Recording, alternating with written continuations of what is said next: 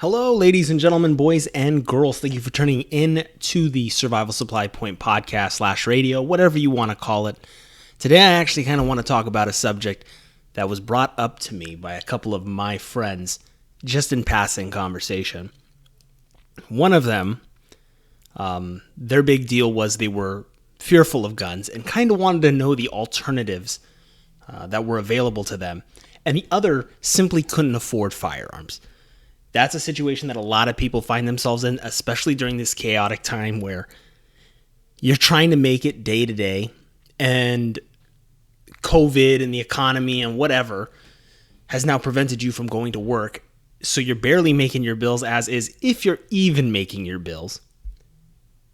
And now you're supposed to fork over $400 to $1,000, depending simply on what you're trying to purchase. And even if you're trying to go on the lower end, somewhere in, the $200-$300 range, you're still, that's $200-$300 you might not have. And so in talking to my friends, it became apparent that one of them simply didn't want to own a firearm, but still didn't feel safe during the current, I don't know what to call it, during the current unsettling time that we live in.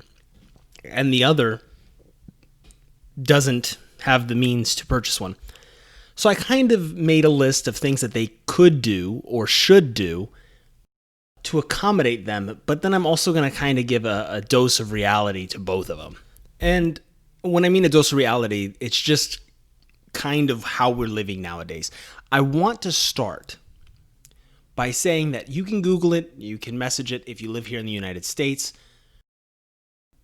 Gun sales are through the roof. They're already projecting that we're halfway through the year, that they're going to beat, if they haven't already beat, the total amount of sales all of last year. So that just shows you how many firearms are now in circulation to new gun owners. Because it's not the guys that already, or the gals, that already have firearms. These are all first-time buyers. And granted, we can sit here and hash it out. There's obviously gun enthusiasts that are purchasing during this time frame as well.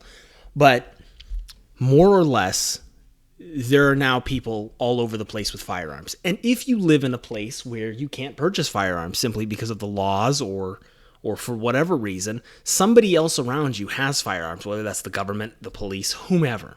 We could even just point out that criminal organizations have them. Somebody around you has firearms, whether you know it or not.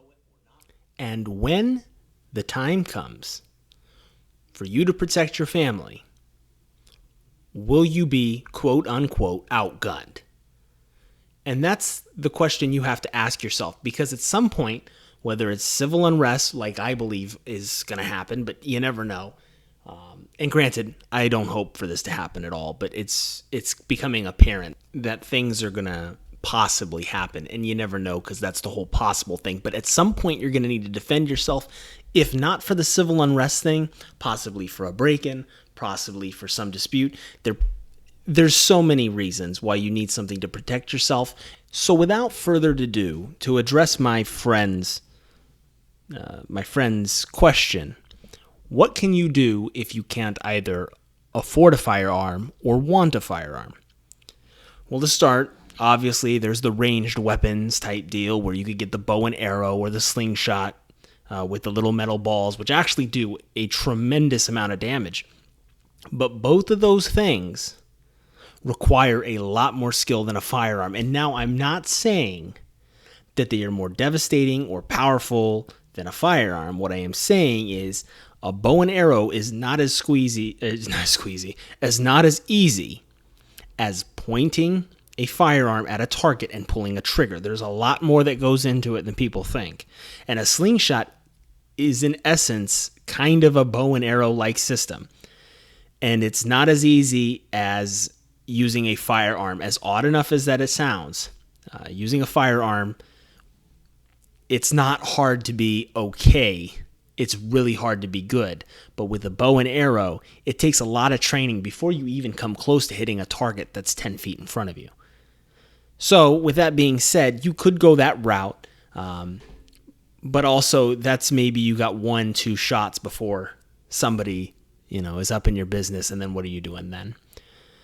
You could easily go the melee weapon route, and that could go from, going to your hardware store and picking up a sledgehammer, axe, pickaxe, a hoe, a hammer.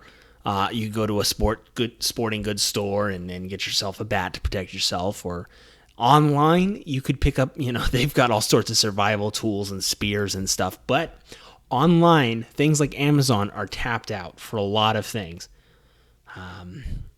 Anywhere you really could go look, whether that is a hardware store, a sporting store, online, or wherever, you're normally able to find some sort of knife. They come in a wide selection of quality, and so you're going to want to sit there and purchase a better quality knife. I would highly recommend you look at the reviews on those. And then if you're handy, I mean, you can make up your own system, but obviously you wouldn't be listening to this if you can make your own elaborate weapon if you wanted. You could always use some sort of traps. There's some people that like to, and this is more in the countryside, have bear traps or paracord traps or nail boards or crude swinging traps like Home Alone all over their property. But normally those people post signs well in advance so that people know not to step on their property. If you can't, for whatever reason, you don't want to have a bow and arrow, you don't feel comfortable with a slingshot, you feel silly holding a sledgehammer, you don't want to swing for the fences with a bat, and the spear you found online isn't exactly something you're comfortable using. You don't want to use a knife. You just don't want to have to use any weapon. Or maybe you just don't want to use that chainsaw with nerd ropes that you made. I don't know. For whatever reason, you don't feel comfortable with conflict. Maybe that's just not your thing. So the only other suggestions I really have for you are kind of a few. And that few starts with not making yourself a target. Sounds fairly simple, but a lot of people like to live flashy. And when you live flashy, that means you have money, or at least the illusion of having money. And when you look like you have money and people don't have money, you make yourself a target. So try and, at least to the outside world, live a modest lifestyle. 2, you could join a group and learn a skill that makes yourself valuable. Now, this is more of the apocalyptic, world-changing event, but let's just say you have 5 friends, and each of those 5 friends is strapped to the teeth, and they're ready to go. All know how to use a firearm, but you don't. Well, what makes them want to bring you in for a quote unquote protection of some sort? And I don't even know why I did the quote unquote for protection.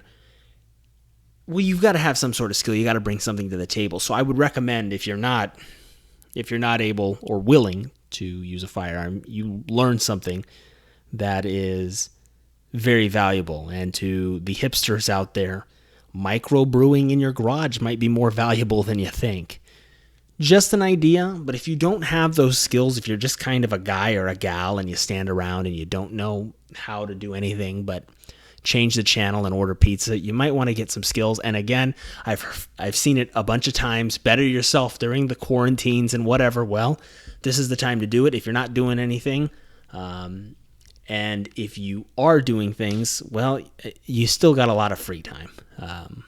Whether you want to admit it or not, there are 24 hours in a day. You need 8 to sleep and 8 to work, so that leaves 8 for whatever.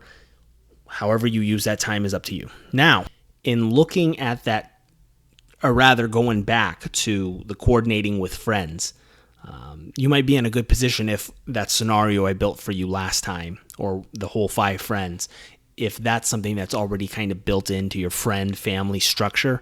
But if not, you might want to start coordinating with the friends that you do have that are like that. So building your own group, learning a skill for a new group that you don't know, and not making yourself a target. Those are kind of the 3 things. If you're just going to flat out avoid protecting yourself, that's what I highly suggest that you do. Now, before we end this episode, I want to make it clear to some people that I still, as I said at the beginning, highly suggest that you get comfortable with firearms, or at least okay with firearms.